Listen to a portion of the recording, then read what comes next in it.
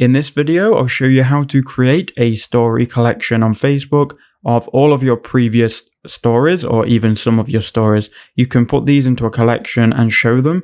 So what you need to do once you're on Facebook is go to your profile icon in the bottom right hand corner. That will take you to this window. Now what you can do from here, you can then go ahead and click on your profile. So here I am on my Facebook profile. Now from here, click on the three dots next to advertise and then go to archive. Once you're inside of your archive, you can then click on story archive, and here you'll see all of your stories that you've posted to Facebook. Let's say, for example, I want to add some specific stories to a collection. We can click on the story, and what we can do, we can click on featured in the bottom right hand corner, and that will bring up this where you can then create a highlight. So you can go ahead and give that a cover and a title. So let's just say I want to call this Dubai.